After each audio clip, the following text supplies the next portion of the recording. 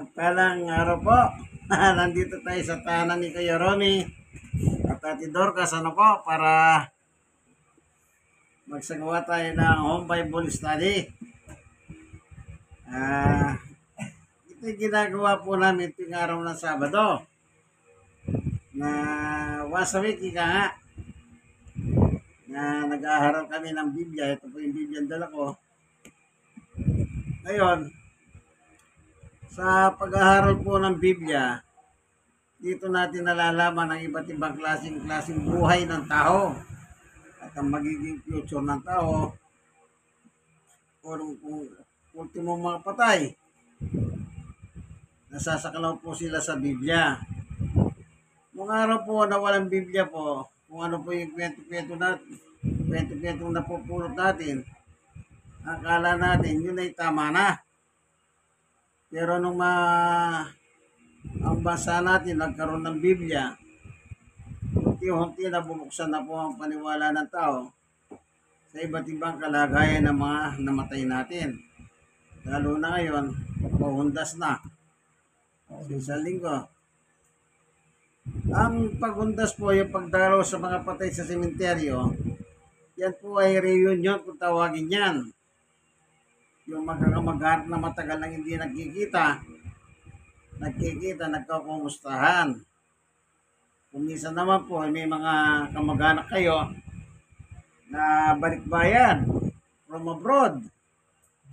Kaya nangyayari po, parang napapaaga pa yung pumasko. Nagbibigay na po sila kasi sigurado, Pasko, hindi naman kayo makakasigurado magkita-kita kayo. Kaya yung mga panahon ng undas, yan po ay panahon ng reunion ng pamilya na matagal nang hindi nagkita at nagkikita sa isang pagkakataon. Ngayon, ang Biblia po ang nagtuturo po sa mga patay. Dalawa po kasi yan eh. Merong patay na nakalibing talaga, yung namamatay na binuburol. Meron po yung patay, hindi naman po binuburol yun. Yung patay sa espiritu kung tawagin. Nabuhay ka, gumagalaw ka, pero sa kalagayan mo, ay patay ka sa paningin ng Diyos. At meron naman po talagang patay na yung binuburol, nililibing. Yan, kagaya kanina, meron po namatay dito. Pagkatapos namin kumain na po, nilibing na, Yun po, sabi nila, cremation. So ngayon, ang nangyayari po, pinaka lesser sa gastos is cremation. Hindi ko lang po alam kung minsan iba-iba yung mga presyo ng cremation. Kaya ang tao po ngayon, ultimo pag meron pa tayo, nagtitipid. Kasi pwede mong kunin yung orno, uuwi mo na lang sa bahay. Kagaya nung isang pinupunta kong bahay, nagba-Bible study. Yan, namatay na po. Ngayon yung orno, nandun sa bahay. Kasi po, sabi niya, pag namatay ako, sabi niya, huwag nyo nandali sa simenteryo yung abo. Kung maaari, lagay nyo na lang sa bahay para lagi ninyo una nahala-hala. Kaya yun, nasa bahay po yung orno para daw mahala-hala siya na kanyang mga mahal sa buhay. Kanya-kanya po nga yan, sistema, ginagawa. Pero tatandaan po natin, lahat ng patay, saan man nilagay yan? Darating pong araw, babangon po yan. Huwag mo sabihin na sa orno yan, muling babangon yan. Kasi yan po nakalagay sa Biblia. So bago tayo tutuloy sa Biblia, tayo muna ay panandali ang manalangin. Humingi ng tulong sa Diyos upang siya po ang tumulong sa atin upang lubos tayong makinabang. Ano po, Panginoon Diyos sa aming Ama, minsan pa, samahan mo po kami sa aming pag-aaral ng iyong salita. Sapagkat ang iyong salita ay buhay. Salamat po sa ngalan ni Jesus. Amen. Dito po nakalagay, babasahin ko, ang sabi sa sulat ni Juan sa chapter 5. Ang sabi rito sa Simulan po natin dito sa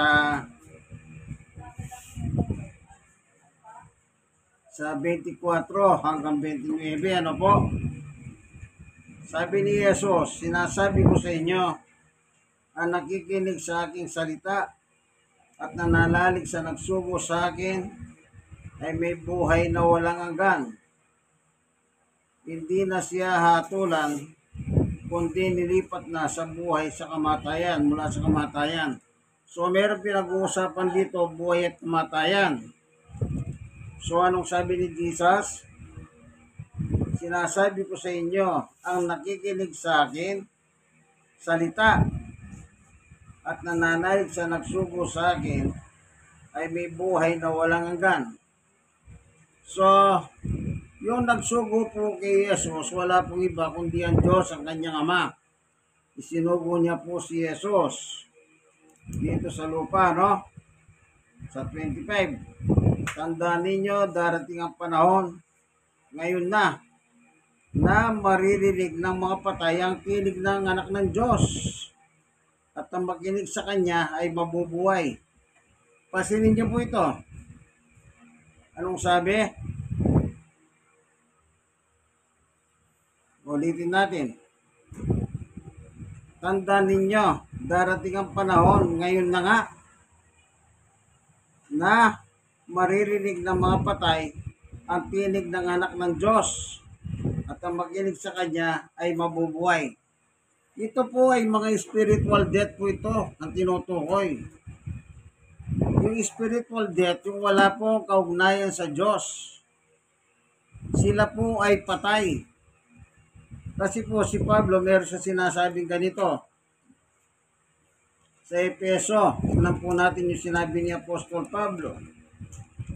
Nung nangangaral po siya sa taga-Efeso, ito po kanya sinabi.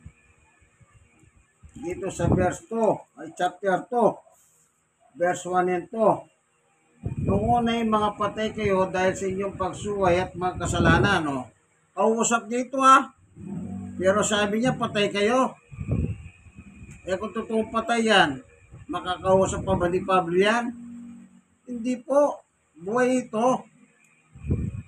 Mga pasaway po sa salita ng Diyos. Ayaw sumunod sa gusto ng Diyos. Sila po ay patay na. Isipin niyo po, buhay ito. Kausap Ganon din po yung sinasabi ng ating Panginoong Yesus dito, na tandaan ninyo, darating ang panahon na ngayon na maririnig ng mga patay ang tinig ng anak ng Diyos at ang makinig sa kanya ay mabubuhay. Mga taong buhay po ito. Nabubuhay po sila sa kasalanan. Siyempre, nabubuhay ka sa kasalanan, iwalay ka sa Diyos. Pag iwalay ka sa Diyos, yan, patay ka sa Diyos. Pero spiritually, iwalay ka sa Diyos, ibig sabihin po yan. Kaya pag nakinig ka sa salita ng Diyos, naniwala ka, ayan, anong sabi niya? At ang makinig ng kanya, makinig sa kanya ay mabubuhay. Spiritually, mabubuhay na po yung kaugnayan mo sa Diyos. Sunod, ang Ama ang may kapangyarihan magbigay buhay at ang anak ay binigyan niya ng kapangyarihan magbigay buhay. Sunod, 27, binigyan din siya ng kapangyarihang umatol sapagkat siya ang anak ng tao. 28, huwag ninyong pagtakan sapagkat darating ang oras na maririnig ng mga patay ang kanyang tinig. Patay na po ito. 29, at sila'y muling mabubuhay at lalabas sa libingan nila. Dito po sa verse 28 and 29, ito po mga literal na patay talaga. Kasi lalabas na po sa libingan. Nakakakita ba kayo yung mga pelikula na lumalabas yung mga kamay sa libingan? Yung mga zombie kanila. Yan. Sila'y muling mabubuhay at lalabas sa libingan nila. Lahat ay gumawa ng mabuti. Lahat ng gumawa ng mabuti magkakalooban ng buhay na walang hanggan at ang lahat ng masama ay parurusahan.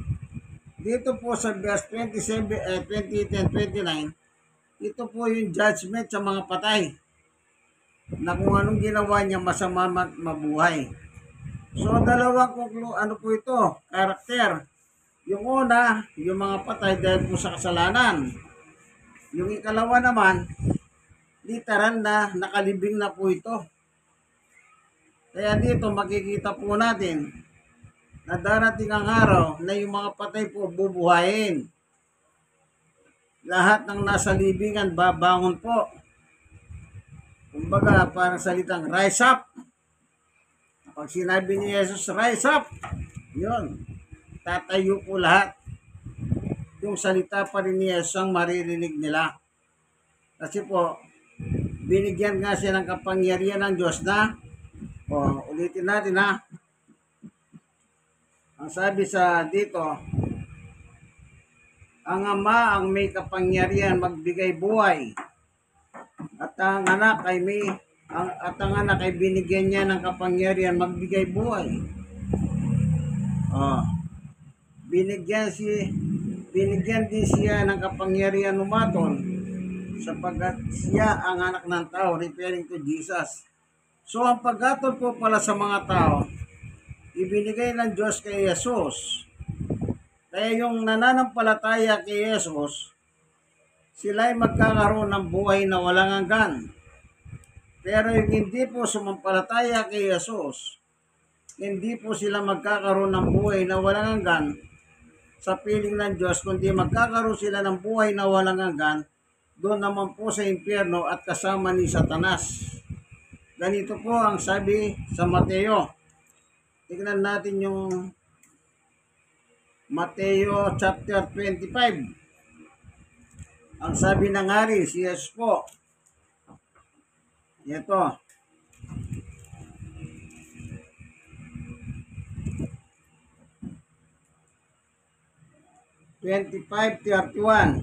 ng Mateo, basahin po natin.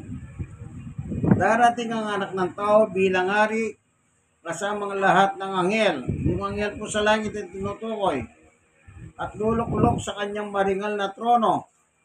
Si Jesus po ito ha. Meron po pala siyang luklukan na maringal na trono. At ito sa panahon yon, matitipon sa harapan niyang lahat ng tao. Sila'y pagbukod-bukurin niya tulad ng ginagawa ng pastol sa mga tupa at mga kambing. So magiging dalawang pila. Pila ng kambing, pila ng mga tupa.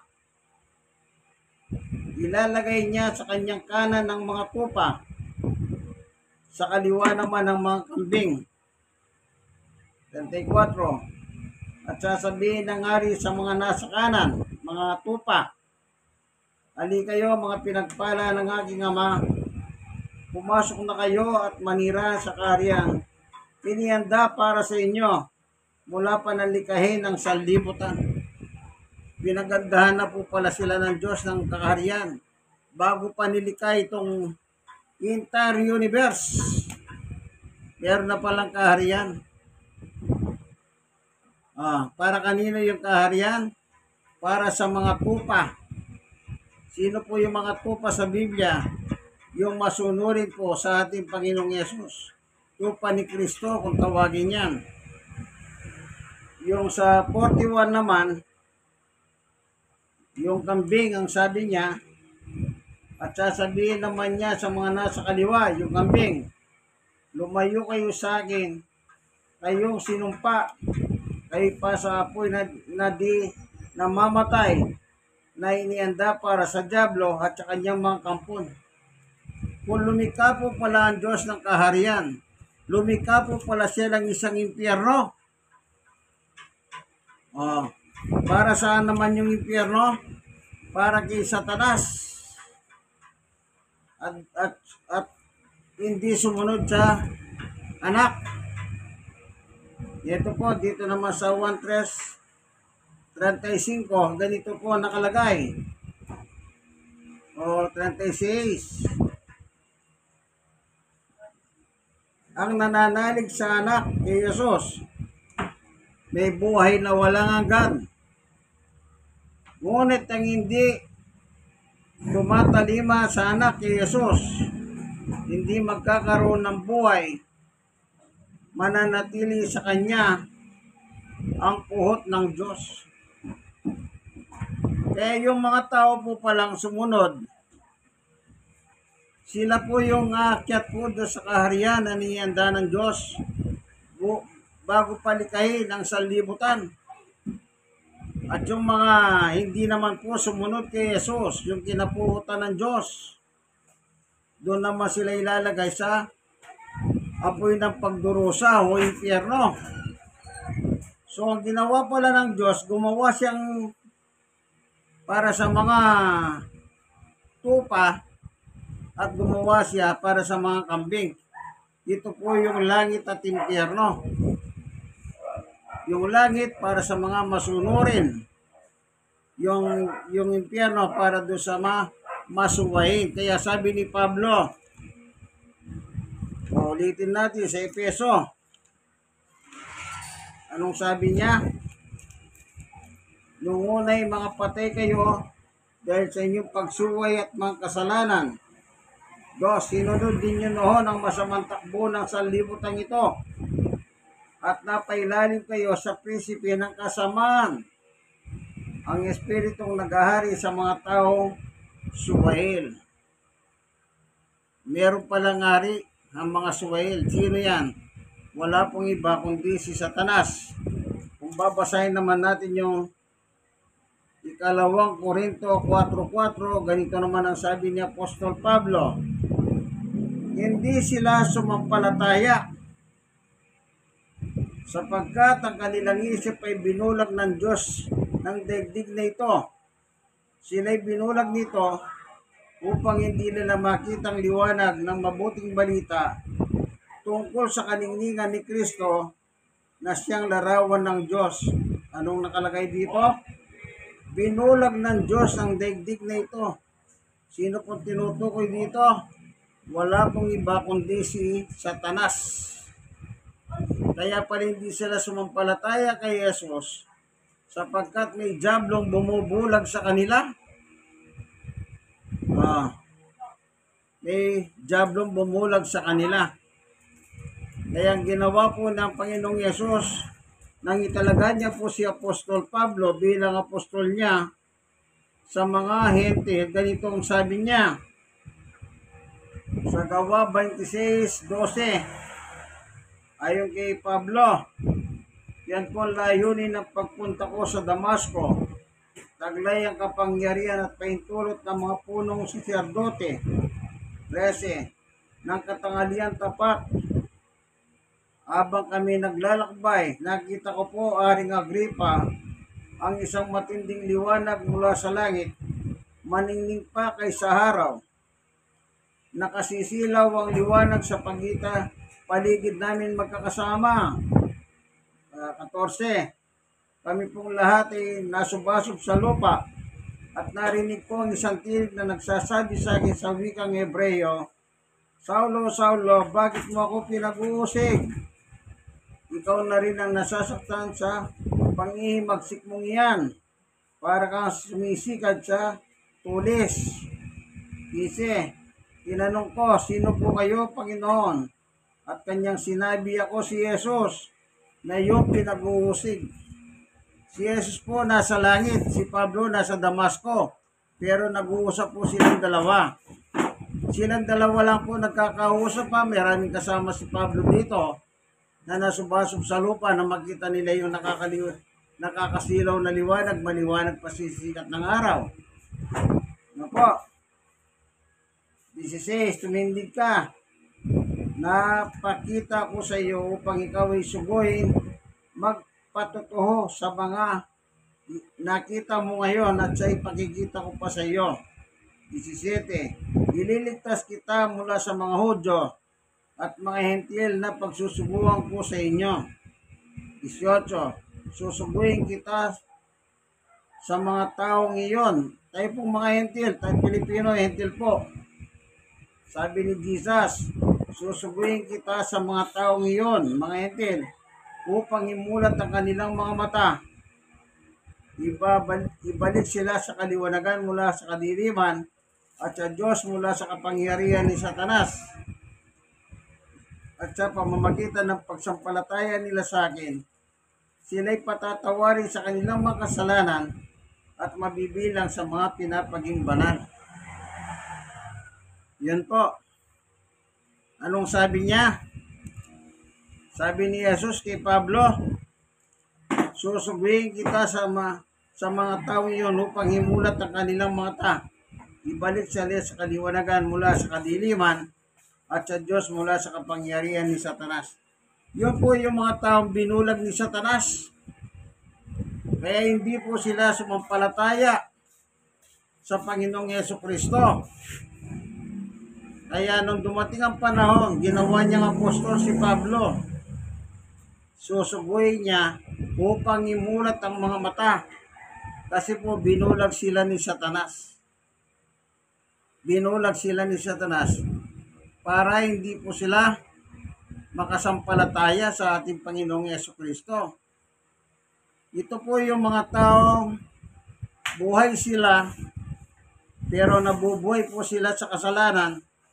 Ang kanilang kalagayan, sila po ay mga patay na sa paningin ng Diyos, samantalang sila po ay nabubuhay.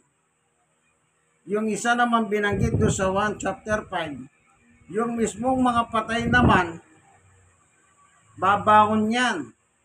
At ang maririnig lang nila, yung mismo salita ng Panginoong Yesus.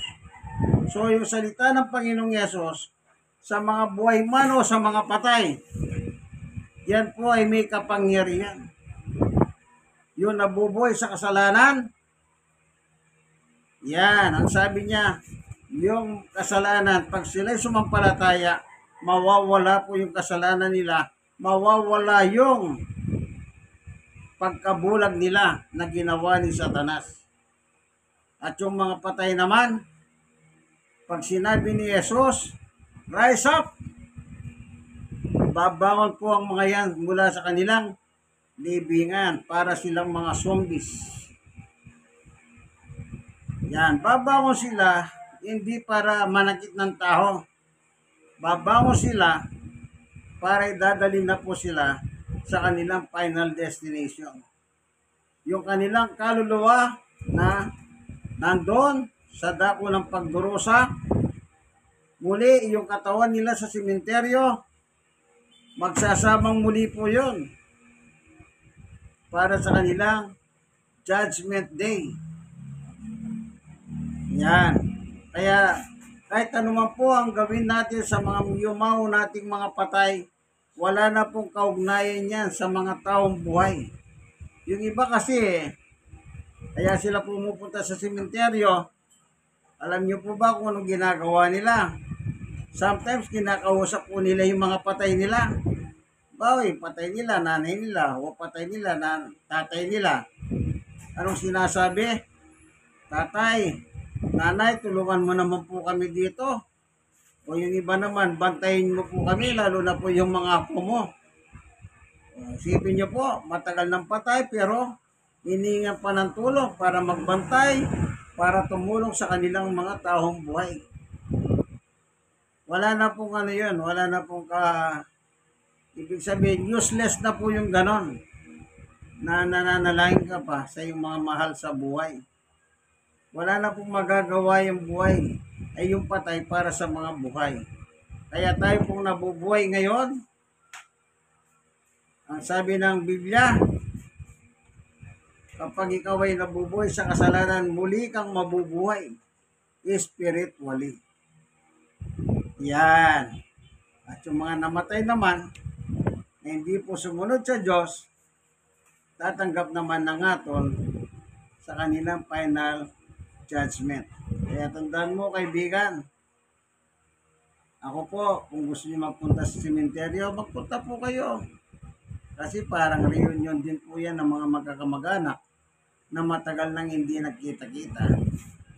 Siyempre, makakabanding mo yung kamag-anak mo. natin, nakakakwento kayo, nakakabalitahan kayo. Pero yung patungkol pa sa mga patay, wala na po kahit anong gawin ninyong pagdarasal dyan.